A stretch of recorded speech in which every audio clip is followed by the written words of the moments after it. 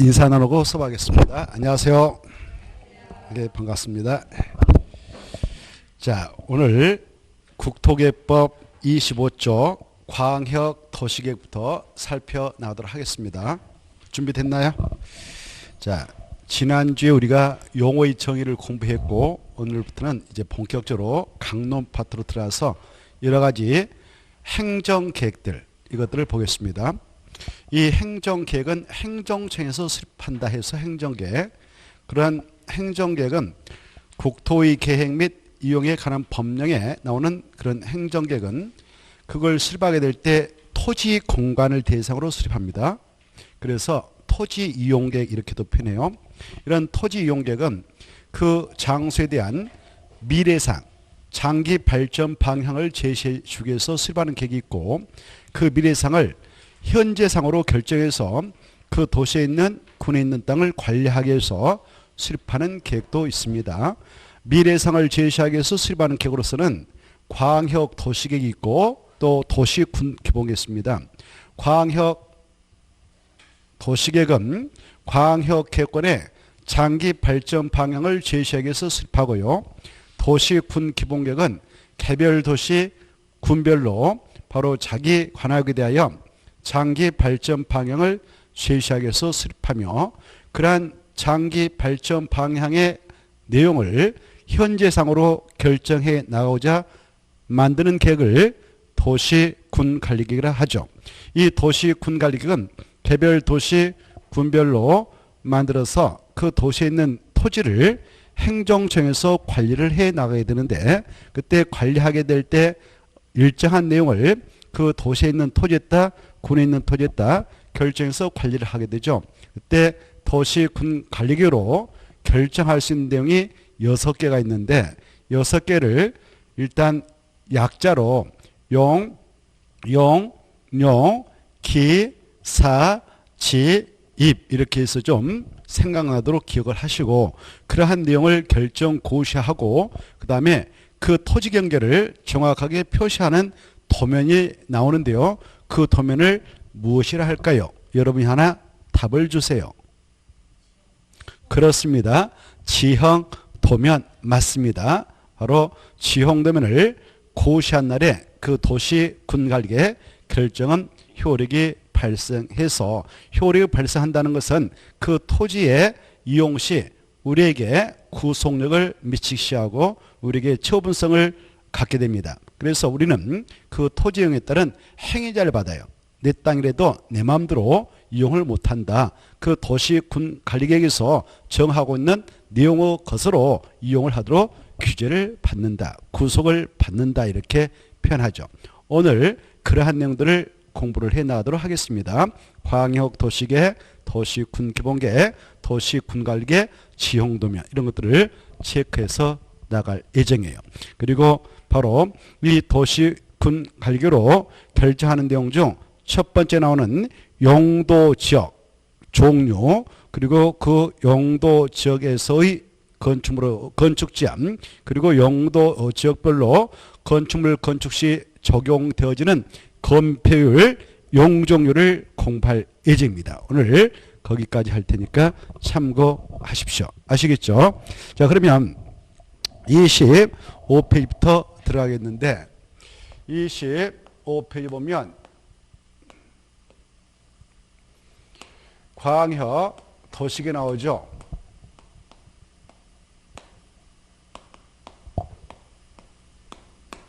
올해 이 파트에서는 한 문제 나올 것입니다. 그래서 좀 중요한 것들은 정확하게 깨닫도록 하셔야 되겠죠. 가장 먼저 광역 도시계에서 체크할 게 의입니다. 의 지난주 했죠. 그래 이 광역 도시계획은 이렇게 지정된 그 장소의 장기 발전 방향을 제시하는 계획이다. 이때 어떠한 장소의 장기 발전 방향을 제시하는 계획일까요? 그렇습니다. 광역계획관. 이게 키포인트죠. 그래 이 광역계획관은 이미 존재하고 있을까요? 지정을 하게 될 때만 탄생되는 권역일까요? 그렇죠. 지정을 하게 될 때만 이게 등장하죠. 그래, 지정을 할 때에는 바로 누가 지정하느냐, 지정권자는 꼭 아셔야 되겠는데, 지정권자는 몇 명이 있을까요? 그렇습니다. 2명 뿐이다. 이 2명이 떠올라야 되겠죠. 누가 지정하느냐? 2명은 바로 국토교통부 장관 1명, 이제 1명은 누구일까요? 누구요? 그렇습니다. 도지사다. 딱 이렇게 다른 거 붙으면 안 됩니다. 뭐 시도사 틀리는 거예요. 도지사다. 이 도지사는 8도 도지사가 있죠. 바로 경기도지사, 강원도지사, 충청남도 북도도지사, 경상남도 북도도지사, 전라남도 북도도지사 8명 있어요. 그러한 도지사하고 그 다음에 국토교통부 장관만 지정을 할 수 있다. 이 국토교통부 장관을 바로 우리는 앞으로 국장이라 합시다. 이 국토교통부 장관은 이렇게 인접해 있는 2개 이상의 큰 광역자치단체인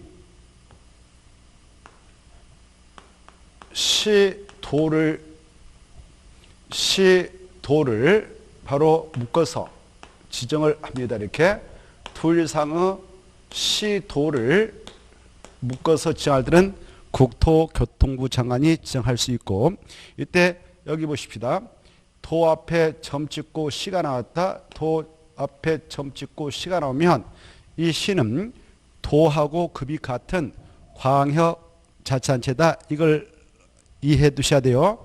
그래서 지금 서울특별시하고 경기도, 인천왕시하고 경기도에서 서울특별시, 인천왕시, 경기도를 하나의 생활권으로 설정해서 묶어서 운영을 해 나가도록 하고자 국토교통부 장관이 광역계획권이다라고 지정을 해서 지금 운영되고 있습니다.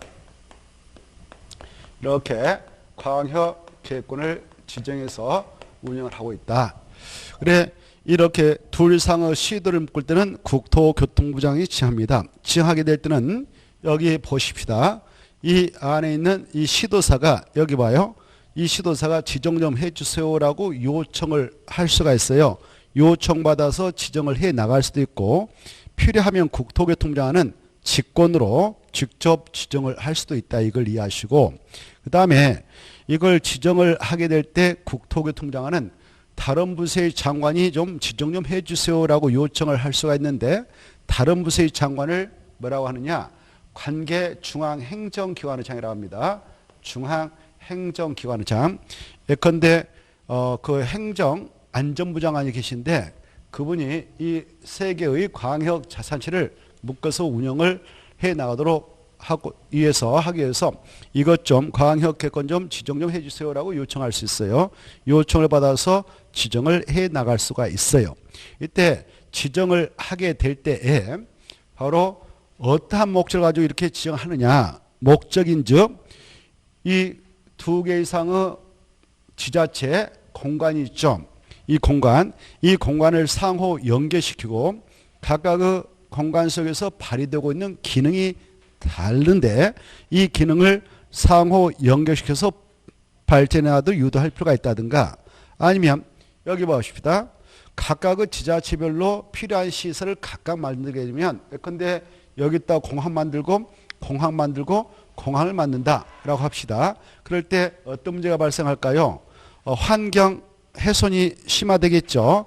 막 산을 밀어서 깎아내리고 난리쳐야 되니까는 환경 훼손이 심화되겠죠. 그래서 꼭 필요하다면 같이 사전에 협의를 정책적으로 조율해서 바로 협의를 도출해 가지고 필요한 양의 것을 하나만 설치해서 운영할 수 있다면 그만큼 환경 보존해 나갈 수 있겠죠.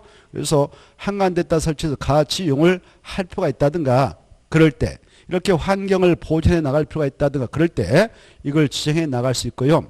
또 각각의 지자체별로 도로 같은 거, 철도 같은 것을 나 홀로 만들어서 운영하게 되면 연결성을 확보할 수 없잖아요. 그래서 두 개 이상의 지자체의 공간과 기능을 상호 연계시켜 나가고자 하는 시설들, 도로면 도로, 이런 것들을 이렇게 설치해서 운영할 필요가 있다. 그리고 바로 이 안에 그러한 시설들, 아까 두 개 이상의 지자체에 걸쳐서 도로 같은 거, 그 다음에 철도 같은 걸 설치할 필요가 있다. 이런 시설을 광역시설이 합니다. 또 아까 공항을 하나 설치해서 인접 두 개 이상의 지자체가 공동으로 이용한다. 이런 것도 광역시설 하거든요. 이러한 광역시설을 보다 체계로 정비할 필요가 있을 때 이렇게 묶음을 쳐서 지정하게 되는 것을 광역계획권 지정이라 한다. 이렇게 하시고요. 그 다음에 이 도사라고 한 친구, 도사는 자기 관할구역에서만 권한 행사를 할 수 있어요. 함부로 나무 지역까지 침범해서 자기가 그쪽 가서 대장로를 할 수 없는 것입니다. 알겠죠?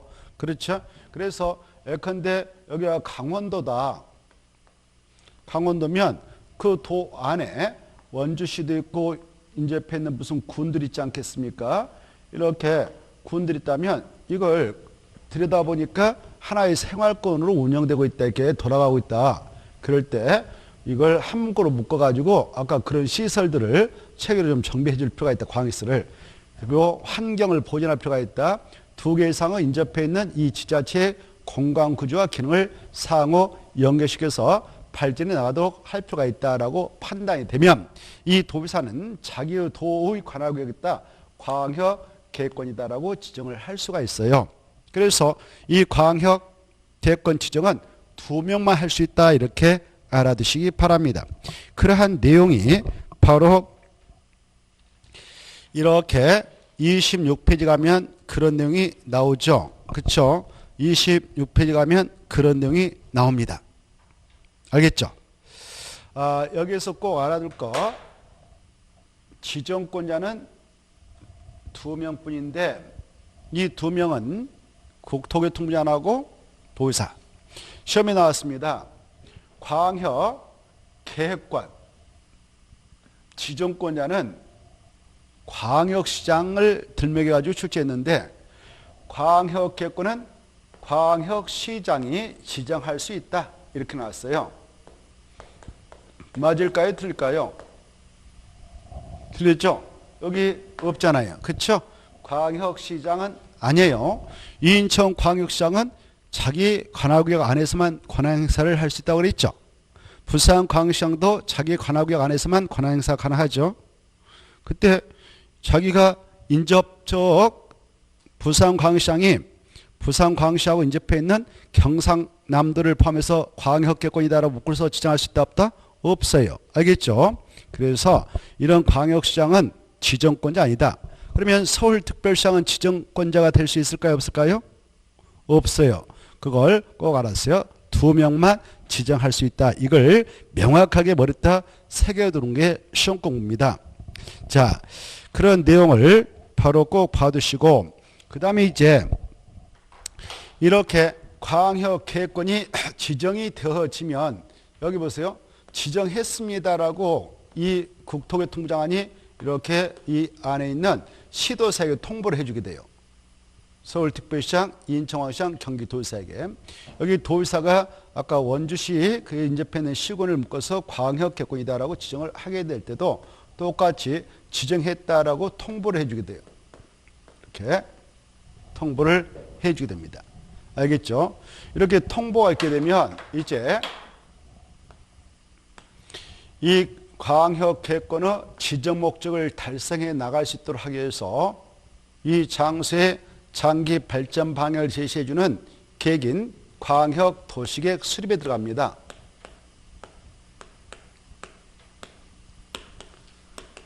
광역도시계획 수립을 해 들어가는데요. 이때 이 수립을 아무나 하는 게 아니다. 이 수립을 누가 하느냐라는 권자를 아셔야 돼요. 수립권자. 수립권자는 여기 보십시다. 자, 이 국토교통부 장관이 지정해서 통보를 하게 되면 이 세 명이 움직입니다. 서울특별시장, 인천광시장, 경기도사 움직이지. 여기 보셔봐. 여기서 서울특별시대에 있는 25명 자치구청장이 있는데 그네들은 수립권자가 아니니까 움직일 필요가 없어요. 여기 인천광시에 뭐 부평구, 계양구, 또 옹진 군수, 강화 군수 이네들이 있는데 그네들 움직일 필요 없습니다. 그 위에 대장이 계시잖아요. 인천광시장. 경기도도 마찬가지예요. 경기도사가 하는 것입니다. 그 안에 뭐 수원시장, 용인시장, 연청 군수 이네들이 움직이는 거 아니에요. 이렇게 두 개 이상 큰 광역 자산체인 시도를 묶어서 지나게 되면 시도사가 움직인다 이렇게. 그래서 이때는 이 안에 있는 그 시도의사가 수립권자가 되는 겁니다. 수립권자가. 그래서 수립권자가 이때는 시도사다 이렇게 해요. 이때 이 자리 광역 도식을 수립하게 될 때요. 보십시다. 이 광역 도식의 내용에 따라 이 권역의 여러 가지 장기 발전 방향을 제시하는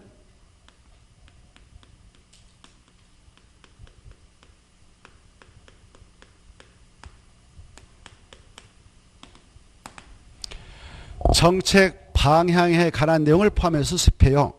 그러면 어떠한 내용을 포함해서 수립하느냐? 그 내용인즉 25페이지 가서 25페이지 아니라 바로 20쪽 넘어가면은 28페이지 나와 있죠. 가로 3번. 보고 계신가요? 28페이지 가로 3번 나와 있는데 그런 내용을 포함합니다. 그거 보면 광역 도시계획 수립 내용 해가지고 나와 있죠. 이러한 정책 방향이 포함되도록 해라 이렇게 돼 있죠. 그것은 그냥 음미를 하고 이해를 하면 돼요. 여기 보십시다. 이 계획을 수립하게 되는 이 광역계획권, 이 광역계획권이 어딘가라는 공간구조를 밝혀줘야 되겠죠. 그래야 이 계획보면 이건 이 장소에 대한 계획서구나. 이 장소에 대한 계획서구나라는 걸 알 수 있어야 되겠죠. 그래서 가장 먼저 광역계획권의 공간구조 그리고 각각의 지자체에 분담하게 될 기능 분담에 관한 내용을 포함해라 이렇게 돼 있죠. 그거 하자고 이거 하거든요. 그래 공간구조와 기능 분담 어떠한 장소냐 앞에 있는 말 꼭 봐두세요. 뭐예요? 광역계획권 알겠죠? 광역계획권 둘째 이 광역계획권의 환경보전 여기에도 봐보세요. 광역계획권으로 지정된 이곳에 편입된 공간은 산도 있고 들판도 있고 하천도 있지 않겠습니까?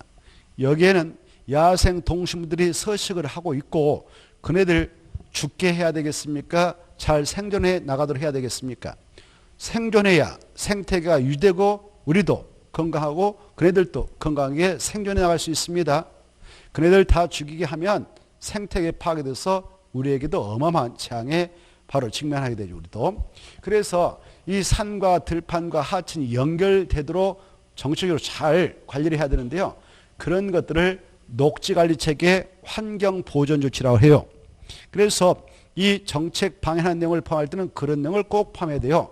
환경보존과 녹지관리체계, 녹지추 이렇게 연결돼야 돼요. 그래 이 산과 들판과 하천이 단절돼 버렸다 그러면 야생 동식물들이 그 산과 들판에서 놀다가 물을 먹으러 내려야 하는데 끊겨버렸다 그러면 다 죽죠. 그렇죠? 그래서 그런 것들이 연결되도록 한다. 이걸 녹지관리체계의 환경보존조치라 합니다. 그 다음에 이 공간을 상호 연계시켜서 발전해 나가도록 이걸 묶어서 지금 계획을 수립한 만큼 그래 시설의 문제가 중요하죠. 어떤 시설에 배치규모 설치하는 내용을 꼭 포함할까? 그래 광역시설 딱 포인트 한번 잡아요.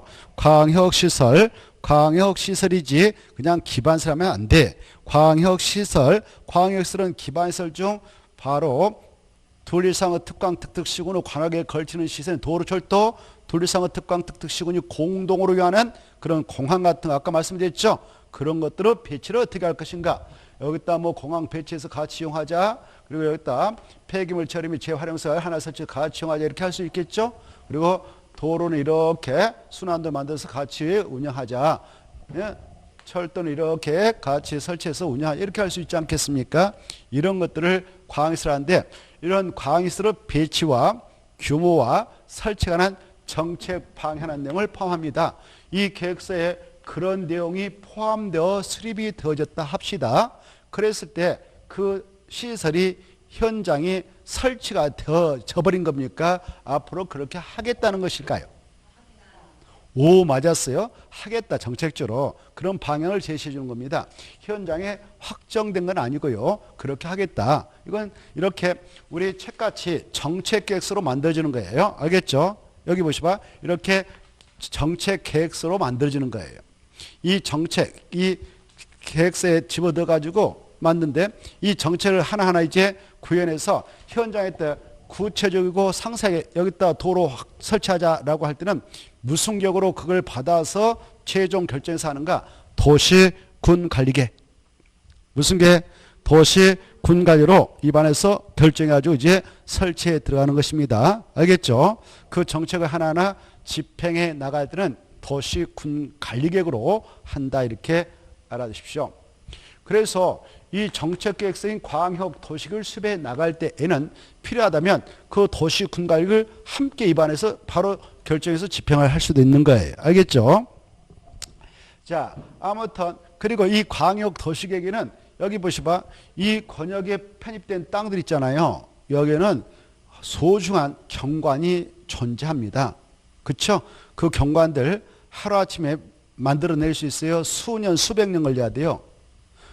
수년, 수백 년 걸려야 되죠. 그래야만이 깜짝 놀랄 만한 풍경이 나오죠. 그리고 경관 이거 보존해야 되겠습니까? 훼손시키도록 방치해야 되겠습니까? 보존하고 그대로 잘 형성하고 관리해서 우리 후대에게 물려줘야 되겠죠. 그러한 내용을 이 계획을 만들 때 반드시 포함해서 행정처에서 잘 관리해라 이렇게 하고 있습니다. 그 다음에 이 광역계획권의 물류 유통체계를 어떻게 구축할 것인가. 이 광역계획권에 우리 여기 살고 계신 분들은 문화, 여가공간을 정책적으로 어떻게 만들어 제공할 것인가. 이 안에 바로 재해가 발생하면 다 죽죠. 그렇죠? 그래서 재해를 예방해야 되겠죠. 홍수 방지, 산사태 방지 이런 것들 또 무릎 피해, 수해, 바람 피해, 태풍 피해, 풍해 이런 거 재해라는데 이런 재해를 예방하는 조치를 방제를 해요. 방제하는 상을 어떻게 할 것인가 라는 내용을 포함해서 수립하게 된 것이 광역도시계획입니다. 이런 여러 가지 광역시설 배치 규모 설치하는 내용을 이네들이 3명이 만나가지고 협의해서 이 계획을 수립해요. 협의해서 공동으로 이네들이 수립합니다. 이렇게 수립해요. 이때 협의가 원만하게 이루어지게 되면 그것 끝이죠. 근데 문제는요. 여기 봐봐. 협의가 이루어지지 않았다. 그럴 때 어떻게 할 것이냐. 바로 이네들 3명이 지금 관여해서 수립하다가 결렬됐어. 여러 정책 내용을 조율하다가 야 우리 지자체에다가 공항 하나 다음에 정책으로 여기다 설치해가지고 같이 이용하자. 너네 동네에 따른 폐기물 처리 및 재활용시설 설치해서 같이 이용하자. 너네 동네에 따른 장사시설 화장시설 하나 설치해서 같이 이용하자. 이렇게 할 때 여러분이 지자체장이라면 3가지 중 뭘 가져오고 싶겠어? 공학이죠. 서로가 가져가려고 하고 2가지를 안 가져가려고 한다. 그러면 결렬될 수 있잖아요. 그렇죠? 그 시설은 필요하기는 하는데. 그래 이네들 다 지자체 장들 요즘에 선거를 통해서 선출되고 정치색이 상의합니다. 어떤 자는 야당, 어떤 자는 바로 여당. 그래 같은 여당이다, 같은 야당이다 그러면 3명이 만나면 형님 동생하면서 바로 원만하게 처리할 수가 있겠죠. 근데 서로 색깔이 되면 어떻게 했습니까? 만나게 하면 치고받간단 말입니다. 안 돼 하면서 네가 가져라 이렇게 해서. 그게 결렬될 수 있어요. 이때 협의가 이루어지지 않으면 어떻게 하느냐. 여기 보셔봐. 이때 혼자 가서도 조정 신청을 할 수 있고 2 이상 이네들 공동으로 가서 조정 신청할 수도 있다 그러는 거예요. 알겠죠? 이때 조정 신청을 누구한테 가느냐? 지정권자님한테 갑니다. 지정권자님한테 가서 조정을 받아요. 그때 기할 것은 단독으로도 조정 신청할 수 있고 얘네들 공동으로도 조정 신청이 가능한데 이때 보세요. 만약 혼자 성질내 가지고 단독으로 갔다 도교통장한테 뭐 인천광시장이 혼자 갔다. 그러면 우리 법에 하면 야 미안하지만 좀 진정하고 협의해봐 라고 타일러서 보내는 겁니다. 타일러서 보낸다 이걸 뭐라고 하냐 법용어로 권고한다 그래요. 뭐라고 한다고요? 권고. 권고는 강제성이 없는 그런 지도입니다. 행정처에서 지도를 내리는 거예요. 행정지도. 그래 이런 권고를 받게 된 자 일단 그 기한 내에 협의하도록 노력을 하겠습니다만은 그래도 협의가 이루어지지 않았다 그러면 그때는 직권으로 국토교통부 장관이 조정을 해주게 돼요. 조정을 해주게 될 때는요 국토교통부 장관이 그쪽 분야 잘 알겠습니까? 모를 수도 있겠습니까?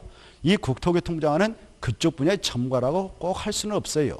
어떻게 해서 국토교통부 장관이 됩니까? 바로 대통령 선거철에 선거운동 열심히 해서 대통령 당선시켰다 그러면 대통령이 너 고맙다. 너 와서 그거 한번 해볼래? 네.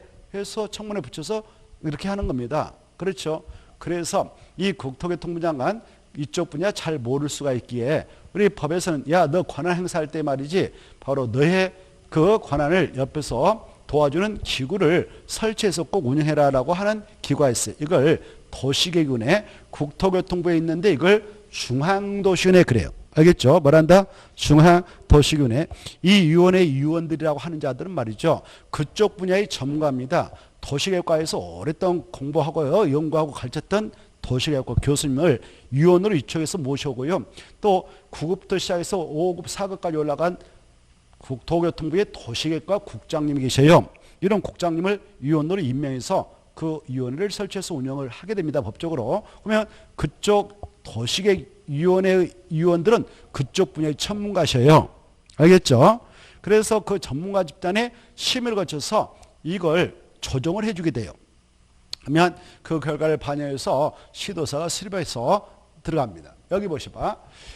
이때 이 시도사가 이제 수립을 하였다 합시다. 이렇게 수립권자로서 여러 가지 정책 방해하는 내용을 포함해서 수립했습니다. 수립했다면 그 정책 계획서를 지가 확정할 수 있을까? 확정 못할까? 법적으로? 못해요. 좋습니다.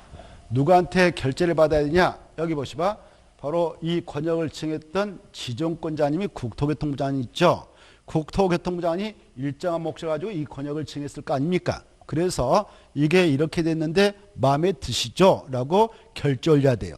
오케이 됐어. 이렇게 승인이야. 승인. 뭐라고요? 승인. 그래서 이 시도사가 이렇게 수립을 하였다면 이네들은 그 정책 계획서를 확정하지 못하고 못 받아야 된다고요? 승인 받아야 되는 겁니다. 수립했을 때에 승인을 받는 경우가 있다. 승인을 받는 경우가 있는데 누구한테 여기서는 받느냐? 국토교통부 장관에게 받는다. 자, 여기 보십시다. 이 국토교통부 장관한테 승인을 받고자 승인을 신청하지 않겠습니까? 이렇게 승인을 신청하게 되는데요. 이 승인 신청 기간은 법에서 이렇게 설정하고 있어요. 여기 보십시다. 여기 국토교통부 장관이 광역계권을 지정했다라고 통보를 해준다고 했죠. 그러면 지정된 사실을 알지 않겠습니까? 이렇게 광역계권 지정한 날부터 이네들은 몇 년에 그 계획서 수립해가지고 이런 정책 방해하는 내용을 포함해서 수립해가지고 승인 신청해야 된다고요? 3년. 이 수치를 좀 알아두셔야 돼요. 만약 3년에 승인 신청을 하지 않았다라고 한다면 바로 이 권역, 여기 봐봐요. 광역계권 지정은 실효돼서 없어질까? 그대로 유지될까? 1. 실효돼서 없어진다. 2. 그대로 유지된다. 한번 맞춰봐요. 둘 중에 하나. 없어진다. 누가 그러던가요? 궁금해서 물어보는데. 누가 그러던가요? 그냥 혼자 생각했다? 그래, 그건 땡. 그래, 그대로 유지된다 이렇게 하세요. 알겠죠? 이 광역계권 지정은 한번 지정되면 그대로 유지되지 바로 없어지지는 않는다. 여기 보셔봐. 그러면 그대로 있다고 그랬죠? 그대로 있는데 이 권역의 지정 목적을 달성하게 한 이 광역도시계획은 그럼 이네들에게 3년의 승인 신청이 안 들어갔다. 그러면 어떻게 하느냐? 지정권자님이 수립을 해야 합니다. 누가 지정했습니까 이거? 국장이 정했죠. 그래서 국장 네가 수립해 이렇게 법에서 규정하고 있어요. 알겠죠? 그래 이때 수립한다 그때 단독으로 수립하겠죠? 알겠죠? 이렇게 자기가 수립했다면 자기가 자기한테 승인을 받을까 그냥 스스로 확정할까? 오, 이건 맞았습니다. 국토교통장관이 자기가 지정했고 자기가 수립했다라고 할 때는 자기가 자기한테 승인받는 거 아니에요. 그냥 스스로 확정해서 끝을 보는 겁니다. 이렇게 이 관계를 이해하면 돼요. 아시겠죠? 그러면 나름대로 이 내용이 쭉 연결돼서 머릿속에 새겨지지 않겠냐 이런 생각을 해봅니다. 여기에서 보십시다. 또 경우선이 이런 게 있습니다. 여기 보십시다. 이 국토교통부 장관이 이럴 때도 단도로 수립해서 스스로 확정하는데 저 광역 도시계획을 수립하고자 할 때에 국가계획과 관련해서 수립한다. 무슨 계획과? 국가계획과 관계해서 수립할 때도 국토교통부 장관이 직접 단도로 수립해 나갈 수가 있어요. 이 국가계획 뜻을 우리는 어떻게 했느냐? 중앙행정기관이 법률 따라 수립하는 계획이다. 이런 거 했죠. 그래. 그래서 그래. 중앙행정기관이 법률에 따라 수립하거나 국가의 정책 목적을 유리하여 수립하는 계획 중 도시 군기본계획 내용상이나 도시 군가로 결정할 사항이 포함된 계획을 말한다. 이런 것들을 했거든요. 아무튼 국가계획은 중앙행정기관장인 이 국장만 수립할 수 있는 거예요. 국가계획 관련된 것은. 그래서 그때는 국장이 수립합니다. 그리고 여기에서 여기 보시봐. 이렇게 이 시도사하고 국토교통부장이 이렇게 여기 이 세 명하고 국장이 함께 이 공동으로 이 계획을 수립할 수도 있어. 어떨 때?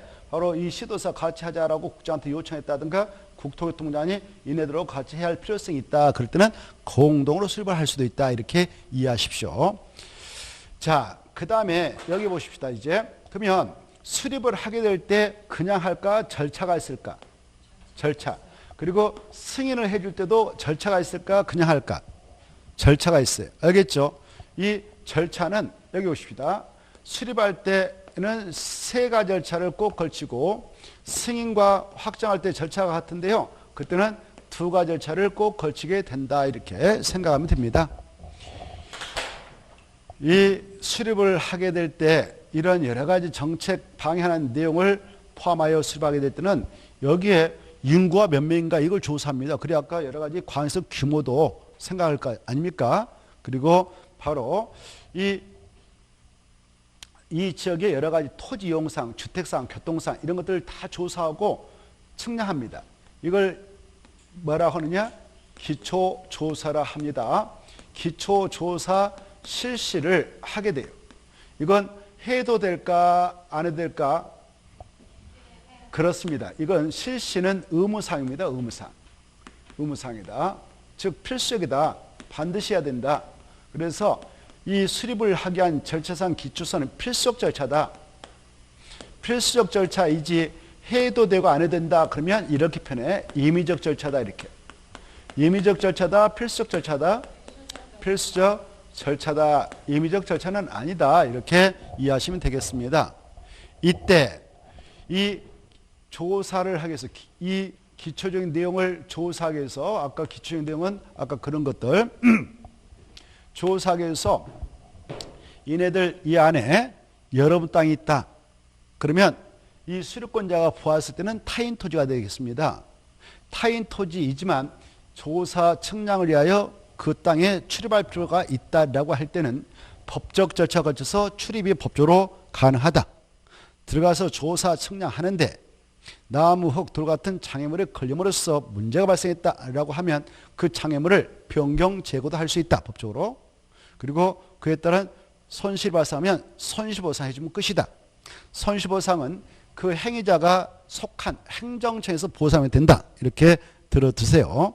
이때 출입할 때는 그 출입 일시의 목적, 장소를 그 토지 소유자, 전문자 관리자에게 7일 전에 미리 알려주면 돼요. 며칠 전에요? 7일 전에 미리 알려주고 들어가면 됩니다. 이때 들어가가지고 바로 나무, 감나무, 배나무, 뭐 사과나무 있다. 이걸 장애물로서 측량하고 조사하는데 걸려가지고 장애물이 됐다. 그러면 그걸 변경할 수도 있고 옮길 수도 있고 제거할 수도 있거든요. 그래 할 때는 미리 동의를 받아야 된다. 못 받아야 된다? 동의. 그래 동의를 받고 그런 조치를 하게 될 때 며칠 전에 미리 또 알려줘야 되냐? 3일 전에 알려줘야 돼요. 알겠죠? 며칠 전에? 3일 전에. 그래 이제 그렇게 하고 나서 아까 나름대로 적법 절차를 거쳐서 감나무 30만짜리를 제거했다. 그러면 보상하면 끝이에요. 알겠죠? 마음에 든다고? 보상 이렇게. 그런 것들이 어디에 나오냐면은 차 뒤에 있었거든요. 차 뒤에 있기 때문에 좀 떨어져 있어요. 그게. 그래 여러분이 복습할 때는 그 내용도 좀 이제 좀 실력이 쌓아가는 시점이니까 그것도 좀 읽어두시면 좋겠다 해서 말씀드립니다.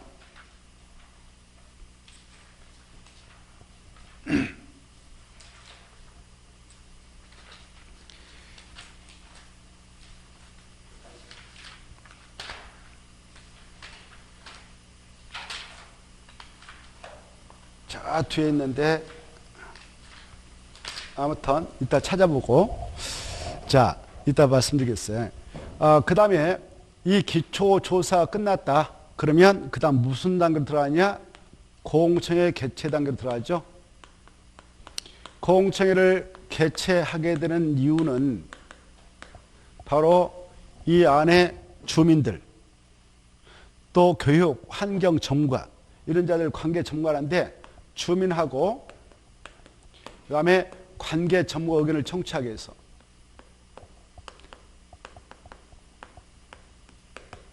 의견을 청취하기 위해서 이 공청회를 반드시 개최합니다. 공청회를 개최할 때는 공청회 개최 목적 일시 장소를 미리 알려주죠. 어디다? 일간시민에다. 이래 이상 공고에서 알려주는데 며칠 전에 미리 알려주냐? 오늘 공청회를 개최하려 할 때 미리 14일 전에 알려준다. 뭐 가볍게만 들어두세요. 알겠죠? 그 다음에 이제 공청회를 개최하게 될 때는 여기 보셔봐. 이렇게 광역 개권이 지정됐다면 엄청 높죠. 서울특별시, 인천광역시, 경기도니까. 그때 체육관 필요해서 한간됐다 잡고 공청회를 개최할 수도 있지만 법적으로 지역 주민의 편의를 위해서 하면 수개의 지역으로 구분해서 구분 개최도 가능하다 이렇게 하시고 오늘 공청회를 개최했다 합시다. 그래 이제 주민들, 관계 전문가들 참석해서 의견을 제시할 건데요. 여기에서 여기 공청회를 여기 봐봐요. 공청회를 이제 이끌어가는 자가 있어야 될 거 아닙니까? 공청회를 주재하는 자가 있어야 될 거 아닙니까? 이 공청회 주재는 누가 하느냐? 이 수립권자가 직접 하는 게 아니고 이 자가 지명한 사람이 와서 해준다 이렇게 알겠죠? 지명한 사람 누가 한다고? 지명하는 자, 지명한 사람이 주재하지 수립권자가 하는 거 아니다 이렇게 이해해 두시고 이 공청회에서 참가했던 주민과 관계 전문가들 의견 제시할 거 아닙니까? 그 제시된 의견은 반드시 반영해야 한다. OX. 그렇죠? 아니 그게 아니고 다시 한번 공청회에서 제시된 의견은 반드시 반영해야 한다. OX. 그렇죠? 공청회에서 여러분이 의견 제시했어. 근데 개인의 이익을 위한 어떤 의견만 제시하고 아무런 의미 없는 의견을 제시했어. 그거 꼭 반영해 줘야 돼. 반영할 필요 없어? 반영할 필요 없는 거예요. 이해됐죠? 그래서 거기서 제시된 의견 중 타당하다고 인정한 것만 이거 그게 중요해요. 뭐라고?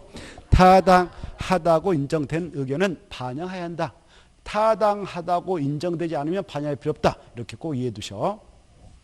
그러면 공청회는 끝났어. 이제 봐봐요. 공청회가 끝났다면 그 다음 단계가 바로 여기 보셔. 이 시도 여기 서울특별시장, 인천광역시장, 경기도사에 수립을 하게 될 때 자기들만 그 지역의 대표구가 아니거든. 당연히 쟤네들도 그 지역민의 대표구고요. 그 지자체 대표자이지만 그 지역의 대표구가 또 하나 있어. 지방의회. 그 의회를 여기 봐봐요. 서울특별시의, 인천광역시의, 경기도의회 이거 약주로 시도의회라고 그래. 뭐라 한다고요? 시도의회. 여기 보셔봐. 이렇게 시도사가 수립하기 때문에 시도의회 의견 듣지 여기 서울특별시에 25개 구청장이 근무하는 구의회가 있는데 구의회 의견들이 한다 그럼 틀려버리는 거예요. 이해돼요? 인천광역시도 구가 많아. 들을 필요 없어. 알겠죠? 여기에 바로 이때는 시도의회다. 이게 중요해요. 구의회 하면 틀려버립니다. 그 다음에 여기 경기도는 말입니다. 도의 공간이 이렇게 광역 객관이 포함되면은 여기에서는 31개 시군인데 수원시부터 저 연천까지 31개 시군이 있는데 경기도 안에만 그 지역마다 지역적 특성이 너무 달라. 그래서 각각 시장, 군수 의견도 아울러 들으라 이렇게 하고 있어요. 알겠죠? 누구 의견 들으란다고? 시장, 군수 이렇게. 그런데 여기도 봐봐요. 시장, 군수 의견을 들으라 그랬는데요. 구청장 의견 들어야 한다 그럼 틀려버리는 거예요. 알겠죠? 자, 그리고요. 여기 봐봐. 여기에서 수립한다. 여기 아까 여기 시장, 군수가 수립하는 이 책에서는 시군의회 의견 드는 거예요. 누구 의견 든다? 시군의회. 그러나 구의회가 나오면 절대 안 돼. 구청장 의견 들어야 한다 그럼 틀려. 이 광역 도시계획 수립할 때 이따 또 공부하게 될 도시군 기본계획 수립할 때 도시군 관리계획을 입안할 때는 바로 구의회가 나오면 무조건 땡이다 이렇게 하셔. 구청장 의견 들어야 한다. 구청장 수립한다 그럼 무조건 땡이에요. 구청장, 구의회가 나오면 땡땡땡. 알겠죠? 이걸 기하면 문제 풀 때 아주 쉬워지는 겁니다. 자, 그래 이제 여기 보십시다. 이네들한테 의견 듣기 위해서 이 안을 보내면 며칠이면 의견 제시가 있게 되느냐? 30일 이렇게. 며칠이요? 30일이 30일. 이렇게 30일 내에 의견 제시한다 이렇게 받으세요. 그래서 수립해가지고 이게 봐봐. 국토교통부장한테 승인시행했어. 승인시행을 받았던 국토교통부장은 승인할 때 덜커덕 승인해준다. 절차 걸친다. 절차 걸쳐. 여기 보시봐.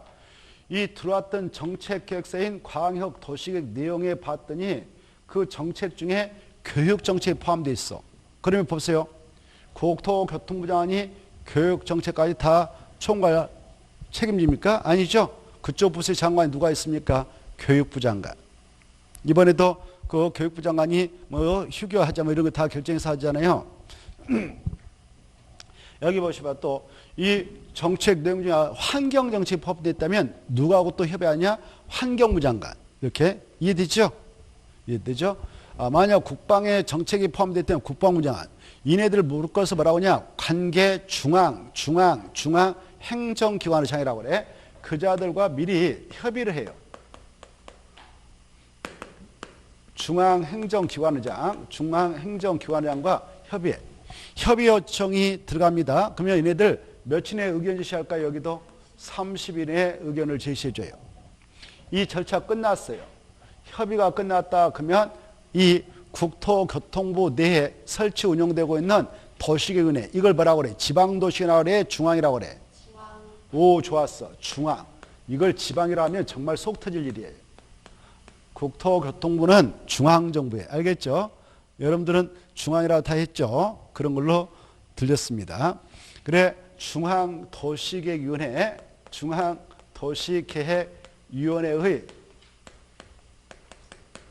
심의를 꼭 거쳐야 돼요. 이렇게.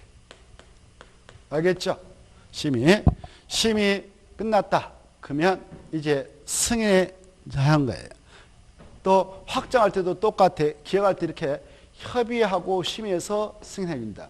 협의하고 심의 걸쳐서 확정한다. 알겠죠? 이걸 약적으로 이제 급할 때는 여러분들 성격 급하잖아요.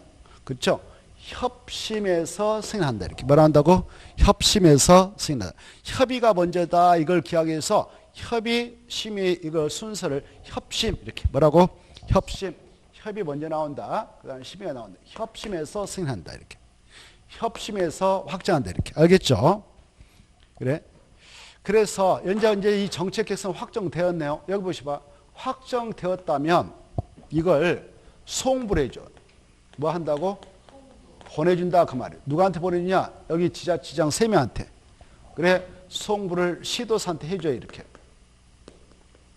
그러면 이 시도사가 받아가지고 그 지역 주민들이 일반인들이 알 수 있도록 그 내용을 공고해요. 공고. 뭐 한다고? 공고. 이자들이 받아가지고 그 내용을 공고합니다. 공고라고 하는 것은 바로 여기다 게재해서 공고해요. 여기 봐봐.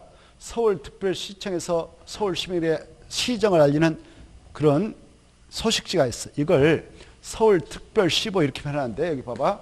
서울특별시보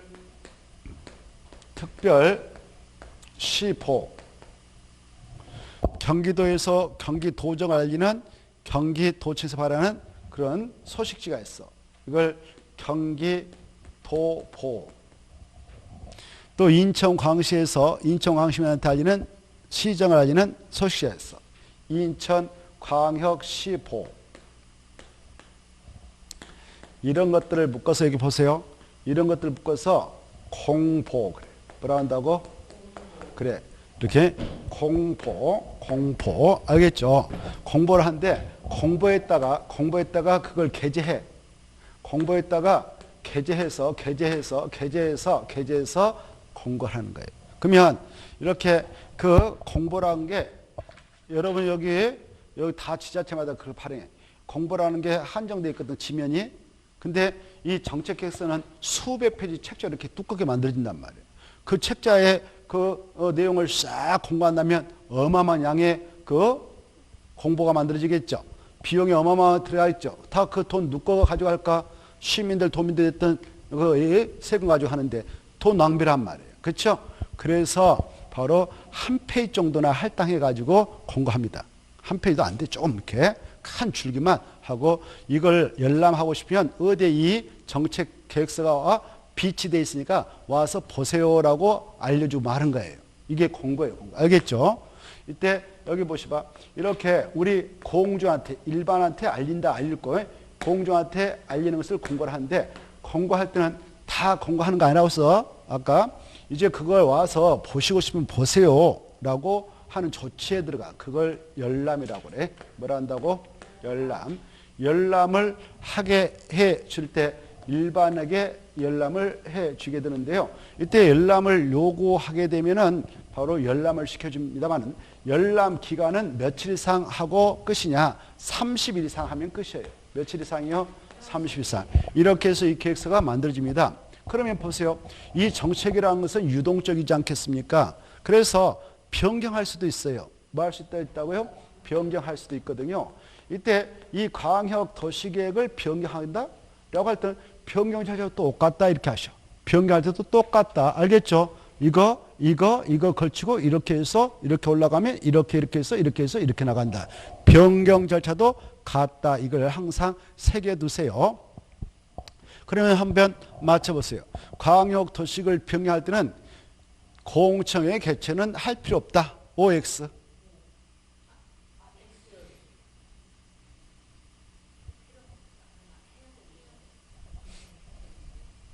그렇죠. 없다고 했으니까 X죠. 꼭 걸쳐야 되잖아요. 이 절차가 싹 필수적인데 이것도 해야 되고 이것도 이렇게 쫙 짓는데 알겠죠? 다시 한번. 광역 도시계획을 변경할 때는 공청회를 개최할 필요가 없다. OX. 오, 좋았어. 이제 제대로 돌아가시네요. 그래. 절차 같다. 수립할 때나 변경할 때 이거 꼭 새겨두시고 그 다음에 여기 보시면 이쪽의 구조도 똑같아. 이쪽에도 구조가 똑같아요. 여기 보십시다. 여기 강원도 내에다가 강원도지사가 아까 원주시 인접해는 시군에다 이렇게 지정했다. 가정해. 평창군 뭐 이렇게 해서 인접 시군 몇 개를 묶어서 자기의 관할구에다 지정했습니다. 통보해 줬습니다. 그럼 얘네들도 바로 3명이 만나요.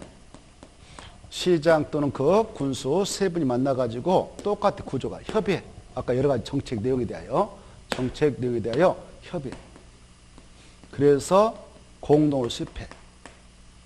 수립했다면 바로 스스로 확정한다. 승인 신청해야 된다. 승인 신청. 이때 승인권자는 누구냐? 지정권자예요. 그래서 도의사한테 가는 거예요. 도의사한테 승인을 받기 위해서 갑니다. 이때 승인권자는 도의사다 이거 하시고 이때 승인청은 여기도 아까 몇 년이었다? 3년. 그래서 이것도 똑같아. 3년에 바로 승인청을 해야 된다. 만약 3년에 승인청을 하지 않았다면 어떻게 되냐? 이 권역의 지정은 실효된다. 그대로 유지된다? 유지돼. 이때는 3년에 승인청을 하지 않으면 이 권역을 지정했던 자가 누구였어요? 도의사였어요. 도의사가 직접 단독으로 수립을 하게 돼요. 알겠죠? 수립했다면 여기서 문제. 도의사가 이렇게 자기가 지정했던 장소 자기가 수립했다면 이걸 가지고 국토교통부한테 승인받아야 된다 이렇게 나왔나요? 맞아요? 틀려요? 틀려요. 그래. 자기가 지정했던 권역이니까 국장님한테 갈 필요 없어요. 도사가 스스로 확정하면 된다. 이렇게 확정하면 된다. 그리고 여기 보셔봐. 여기도 구조가 똑같단 말이에요. 협의가 만약 여기서 이루어지지 않으면 어떻게 하냐? 조정 신청에 누구한테? 도의사한테. 단독 공 똑같단 말이에요. 그리고 도의사가 협의 바로 결렬되어서 조정 신청에 들어가게 되면 바로 일단 단독으로 조정 신청하면 일정 기한을 정해놓고 그때까지 협의하도록 공고해서 보내고 협의가 이루어지지 않으면 바로 도시 계기원에 지방에 있는데 도청에 지방도시는 심의 거쳐서 조정해주고 결과를 주면 그걸 반영해서 수립해야 됩니다.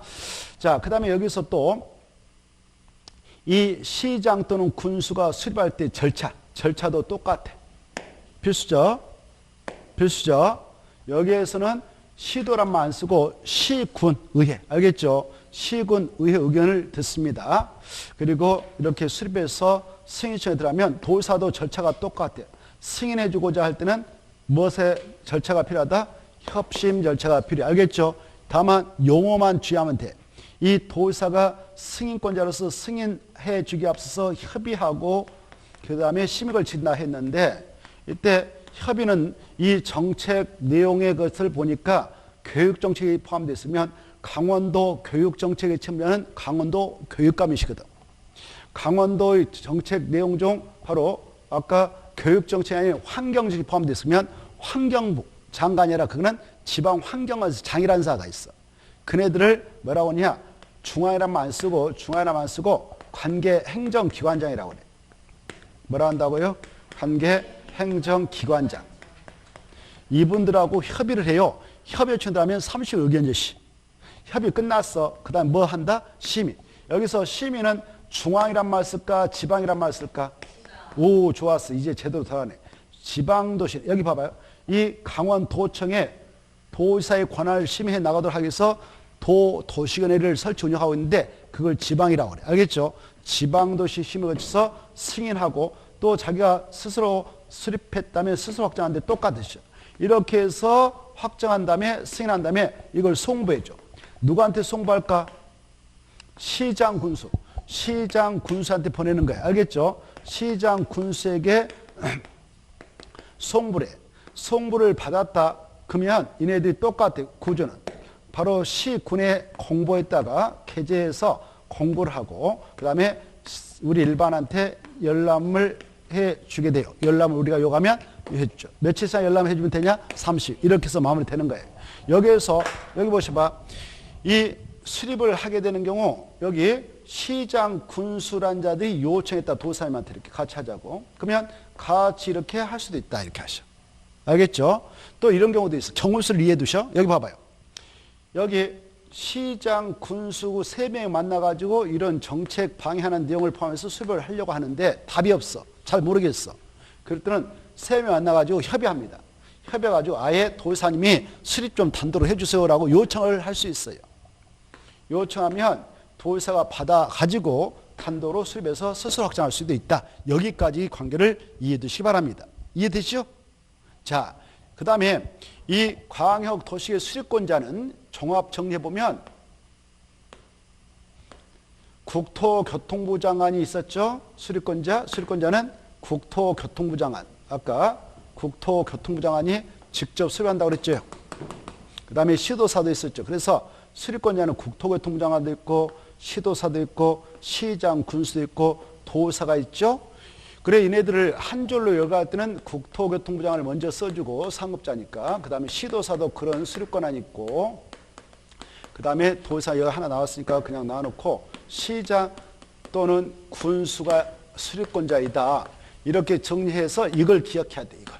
알겠죠? 아, 광역도시 수립권자 누구누구 있어 말해봐. 그러면 국장, 시도의사, 시장 또는 군수가 있는데 구청장 포함된다 안 된다? 수립권자 안 된다. 이게 키포인트예요. 그러면 주민은 수립권자가 될 수 있어 없어? 주민들 안 돼. 중요한 행정격인데 주민은 수립권자가 될 수 없어. 이게 핵심이니까 이걸 잘 이해하시면 되겠다.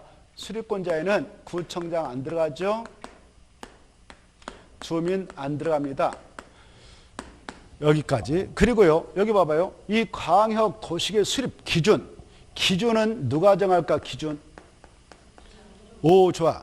여러 가지 행정계획, 국토계획법에 나오는 여러 가지 계획의 기준은 누가 다 정해준다? 국토교통부 장관. 알겠죠? 기준은 국토교통부 장관이 정해줍니다. 그리고 여기 보십시다. 이 광역 도시계획을 여기 봐봐. 광역 도시계획을 수립하게 될 때는 이 광역 계획권의 미래상을 제시할 수 있도록 수립해야 되는 거예요. 뭔 상? 미래상. 그리고 여기에 보세요. 이게 봐봐요. 여기 아까 서울특별시, 인천, 경기도라고 했죠. 국토가 이렇게 있다. 남쪽에.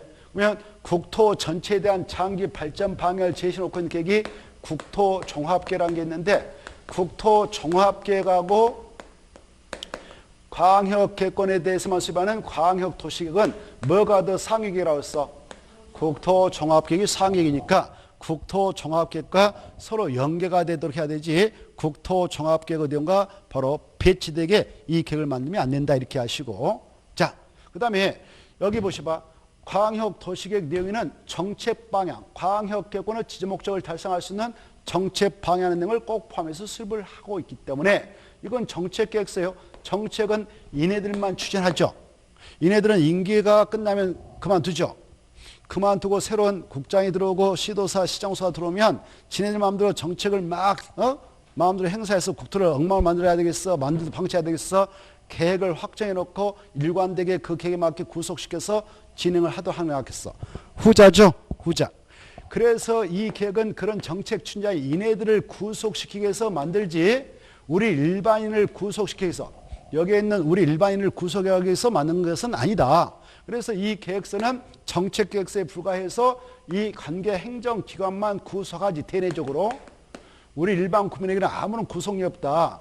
이런 계획을 일반 국민에 대해서는 아무런 구속력이 없다. 이런 계획을 뭐라고 하냐? 비구속적 계획을 한다. 뭐라 한다? 그래.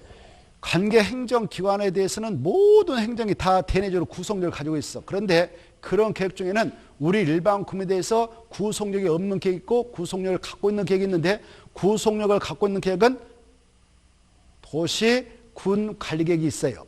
그리고 이런 정책계획서인 광역도시계획이라든가 도시, 군 기본계획, 국토종합계획 이런 것들은 정책계획서에 불과해서 행정기관만 대내적으로 구성하고 대외적으로 우리 일반 국민에 대해서는 구속력이 없는데, 이런 계획을 뭐라고 하냐?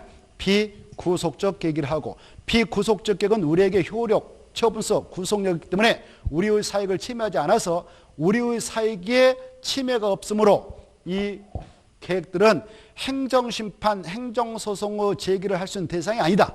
행정쟁송 대상이 아니다. 여기까지를 알아두시기 바라고. 그 다음에 여기 보세요. 이렇게 이제 광역도시계획이 확정되어서 여기 봐봐요. 이걸 시행하게 될 때 이걸 5년마다 타당성 재검토해서 정비를 하도록 하는 규정이 있을까 없을까? 있을까 없을까? 누가 그러던가? 있다고. 궁금해서 물어본데, 광역도시계획은 5년마다 타당성 재검토해서 정비해야 된다. 광역도시계획은 5년마다 타당성 재검토해서 정비해야 된다. 이런 규정이 있어요, 없어? 있어요, 없어요? 없죠? 그래. 그거 써놨을 건데 안 써놨나요? 써놓으세요. 이거 중요하니까. 책에는 없어. 그래 써드렸을 거예요, 제가. 지난 코스에 그것다 써놔라고. 없으면 이렇게 자, 광역도시계획은 5년마다 타당성 재검토 정비 규정 있다 없다? 그래. 이게 잘 나오니까 있다 하면 틀리겠습니다. 알겠죠? 왜 이런 규정을 두고 있지 않냐? 이 광역도시계획은 반드시 몇 개 이상의 지자체를 엮어서 지금 발전하도록 유도하고자 계획서가 만들어졌어. 2개. 그래서 아까 여러 가지 광역에서 배치 규모 설치가 아니라요, 어렵게 조율해서 지금 확정해놨는데, 이걸 5년마다 타당성 재검토 정비를 하라. 그러면 이 지자체장들은 임기가 4년이거든. 4년 끝나고 새로운 지자체장이 나와서 5년마다 이걸 건드려버리면 이 정책에 혼란이 올 수가 있단 말이야. 알겠죠? 그래서 5년마다 타당성 재검토 규정이 있다 없다? 없다. 그런데 이 조금 후에 할 도시군 기본계획, 도시군 관리계획은 개별 도시군에 대해서 만드는 계획으로서 이것은 5년마다 타당성 재검토 정비를 하도록 하는 규정을 두고 있다. 알겠죠? 무슨 계획과 무슨 계획? 도시군 계획이라고 하는 것이 두 가지 있잖아요. 바로 뭐가 뭐가 있나요? 기본하고 관리가 있죠. 네.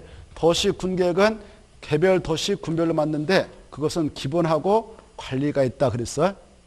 이것은 몇 년마다 타당성 재검토해서 정비를 하도록 됐냐? 5년마다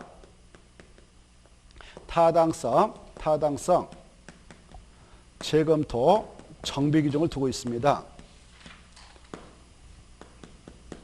이렇게 이거하고 헷갈려서는 안 되죠? 여기에서 아까 착각하신 것 같은데 이거 봐보세요. 여기 봐봐요. 여기 이거하고 저거하고 헷갈려서는 안 돼. 다시 한번 광역도시군 5년마다 타당성 재검토 정비 규정이 있다 없다? 없다. 이거 없는데 여기 보시면 아까 이 기초조사를 했습니다. 조사해서 나왔던 여러 가지 내용들이 있을 거 아니에요. 그쵸? 여기 봐봐요. 여기에 인구가 몇 명 살고 있는가 조사했어. 또 사회, 경제, 문화 현상이 어떻게 전개되는가 이걸 조사했어. 그리고 주택상, 교통상, 토지 용상 이걸 다 조사했네. 어마어마한 정보가 나왔겠죠. 여기 보셔. 이 정보 엄청난 돈을 들여서 우리의 예산 가지고 지금 여러 전문 기관들 동원해서 조사하고 측량했을 건데 그 정보 한번 쓰고 버려야 되겠어? 구축해야 되겠어? 그래. 그래서 우리 법원은 작년에 이걸 만들었는데 야, 기초조사해서 얻었던 정보 있잖아. 정보를 구체계라라고 의무를 가고 있어요. 알겠죠? 그 정보 체계를 구체계라. 정보 체계를 여기다 포인트 맞춰. 기초조사 정보체계입니다. 뭐라고? 기초조사 정보체계예요. 알겠죠? 기초조사 정보체계를 구체계에서 운영해라. 너네들 지자체장들. 그리고 그 정보라는 것은 수시로 바뀔 수 있잖아요. 그렇죠? 앞전에 조사청을 이랬는데 또 바뀔 수도 있어. 그래서 몇 년마다 이거 다시 변동된 정보를 반영해 나가도록 하고 있느냐? 5년마다. 그때 지자청이 5년마다 바뀌거든. 4년마다. 4년 되면 끝나고 5년차 새로운 지자청이 등장하는데 그때마다 이 기초조사 정보체계를 등록된 정보 다시 타당성 있게 바로 변동사항이 있으면 반영해서 구축을 해야 된다. 이렇게. 이거하고 헷갈려서 안 됩니다. 알겠죠? 여기까지 하고 쉬었다가 이어서 또 하겠는데 여러분들이 스스로 체크할 수 있겠죠? 기본서에 있는 거. 이제 쉬었다가 뭘 보느냐? 바로 기본계획을 보겠어. 기본계획. 바로 36페이지 기본계획을 보겠습니다. 쉬었다 하죠.